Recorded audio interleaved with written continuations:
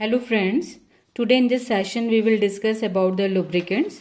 आज हम स्नेहक के बारे में डिस्कस करेंगे और साथ ही उसके मेन फंक्शंस क्या होते हैं उसके बारे में भी हम स्टडी करेंगे। तो फर्स्ट ऑफ ऑल स्नेहक किसे कहते हैं उसके बारे में हम डिस्कस करते हैं। The substance which are introduced between the two moving और sliding surfaces in order to reduce the friction, generated heat and tear and wear of machine parts are called lubricant। तो बेसिकली स्नेहक क्या होता है? एक पदार्थ होता है जिससे हम दो गतिशील अवस्था में जो सरफेसेस होती हैं या एक दूसरे पे जो स्लाइड कर रही होती हैं सरफेसेस, उनके बीच में डाला जाता है ताकि वहाँ जो उत्पन्न होने वाला जो घर्षण है, एक तो मेन घर्षण, और साथ में जब दो स्लाइडिंग सरफेसेस, मूविंग सरफेसेस जब मूव करती हैं, स्लाइड करती हैं एक दूसरे पे, तो वहाँ पे हीट भी प्रोड्यूस होती है और साथ में टियर और वियर, उसकी मशीन की टूट फूट भी हो जाती है। तो उन सबको कम करने के लिए जो पदार्थ डाला जाता है उसे ही हम स्नेहक कहते हैं। तो स्नेहक ऐसा पदार्थ होता है जो कि दो गतिशील अवस्था में या स्लाइडिंग सरफेसेस के बीच में घर्षण को कम करने के लिए, ताप को कम करने के लिए और टूट फूट को कम करने के लिए जो पदार्थ डाला जाता है उसे ही हम स्नेहक कहते हैं। The process of applying the lubricant in between the moving और sliding surfaces is called lubrication. Lubrication का मतलब है स्नेहन का कार्य।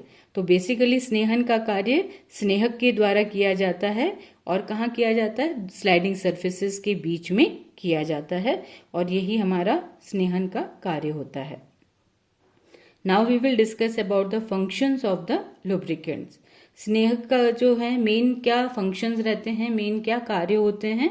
तो सबसे इम्पॉर्टेंट काम, जो सबसे फर्स्ट काम है मेन, वो है it reduces the frictional resistance और it makes the relative motion of the moving और स्लाइडिंग पार्ट स्मूथ।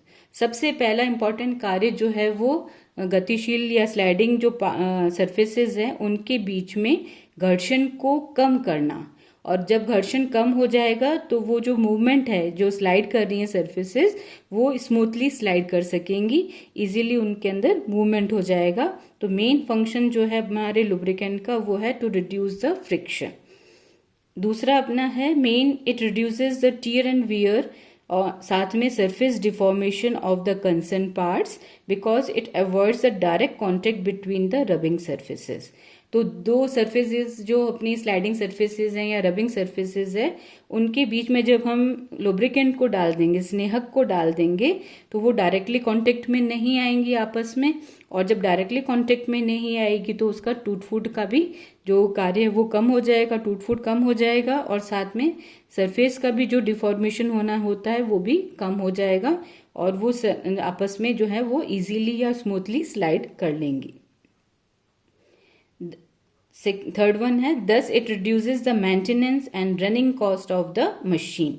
अगर टूट फूट कम हो जाएगी, तो टूट फूट कम है तो टियर एंड वियर अगर कम हो जाते हैं तो मेंटेनेंस जो है वो भी कम हो जाएगा, और अगर मेंटेनेंस कम होगा, बार बार मेंटेनेंस का वर्क नहीं करना पड़ेगा, तो जो आपकी इसकी रनिंग कॉस्ट है या मेंटेनेंस कॉस्ट है उसमें भी कर्टेलमेंट हो जाएगा और वो कॉस्ट जो है वो नहीं होगी, रिड्यूस हो जाएगी।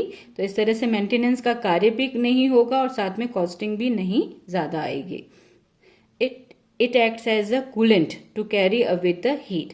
जब दो स्लाइडिंग सरफेसेस कांटेक्ट में आती हैं, मूविंग सरफेसेस कांटेक्ट में आती है, तो वहां पे फ्रिक्शन के साथ साथ टेम्परेचर या हीट भी प्रोड्यूस होता है, ताप भी उत्पन्न होता है, और उस ताप को कम करने का, एब्जॉर्ब करने का कार्य कौन करता है? लुब्रिकेंट करता है। तो lubricant act as a coolant. तो कूलेंट या हम कह सकते हैं शीतलक के रूप में कार्य करता है, और जो सरफेसेस के बीच में जो ताप उत्पन्न हुआ है, हीट उत्पन्न हुई है, उसको वो एब्जॉर्ब करके शीतलक का कार्य करता है। It provides protection against corrosion. अब जब उनके बीच में स्नेहन का कार्य हो रहा है सरफेसेस के बीच में, तो वो आपस में डायरेक्टली संपर्क में नहीं आएंगी, और अगर वो डायरेक्टली संपर्क में नहीं आएंगी तो वहां पे टियर वियर नहीं होगा, स्क्रैचेस नहीं आएंगे, और वहां पे टूट फूट नहीं होने से वहां पे कोरोजन जो है वो भी, उससे भी, संचारण से भी बचाव हो जाएगा। तो ये मेन जो इसका कार्य हो जाएगा, it provides protection against corrosion. ये संचारण से भी सरफेसेस का बचाव करता है। It acts as a seal in some cases ये सील की तरह से भी कार्य करता है कुछ केसेस में। जैसे कि एग्जांपल लेते हैं, in IC engine it prevents the leakage of gas, जो भी गैसेस होती हैं, लीकेज जो होता है गैस का उसको रोक देता है फ्रॉम द सिलेंडर। जब उच्च दाब की अवस्था आती है तो सिलेंडर में से गैस का लीकेज जो है वो प्रारंभ हो सकता है और उसको रोकने का कार्य जो है वो हमारा लुब्रिकेंट वहां पे करता है। लुब्रिकेंट को हम पिस्टन और सिलेंडर के बीच में लगा देते हैं तो लीकेज जो होना होता है सिलेंडर से गैस का वो रुक जाता है। तो एक तरीके से वहां वो सील करने का कार्य करता है। तो it prevents the leakage of gases from the cylinder at the high pressure. It also improves the efficiency of the machine. इस तरह से जो हम देख रहे हैं सारे कार्य कर रहा है, फ्रिक्शन को कम कर रहा है, साथ में हीट को एब्जॉर्ब कर रहा है, उसके टूट फूट को रोक रहा है, कोरोजन को रोक रहा है।